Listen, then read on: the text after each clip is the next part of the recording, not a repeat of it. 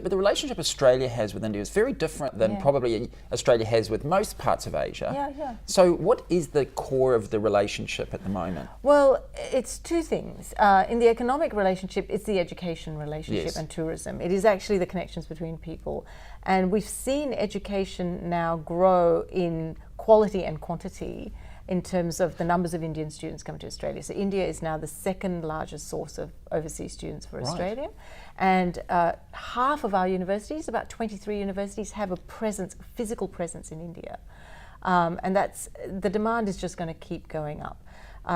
Tourism numbers have cracked the 300,000 mark, so India is going up the leader table in terms of the numbers of Indian tourists to Australia. Increasingly, the spend, so the notion that Indians are cheap tourists is actually not true. You're seeing this growing middle class who have money to spend, who are sophisticated, outward-looking people, who are prepared to travel to Australia. We see 2-3 time trips back to Australia. And then the strategic relationship. We're working together in the Indo-Pacific. We share very common values and interests in the Indo-Pacific.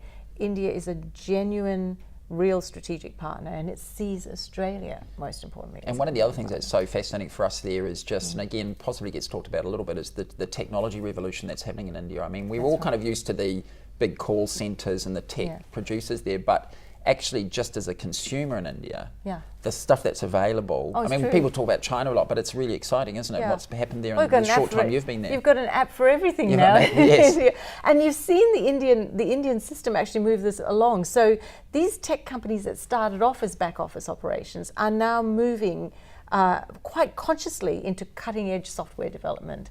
So not just for consumer or startups or apps or those sorts of things, but also for industrial use, for health, for financial technology, all those kinds of areas. They're moving into all these sectors. You know, you can see India becoming really very much a global technology leader. I think so.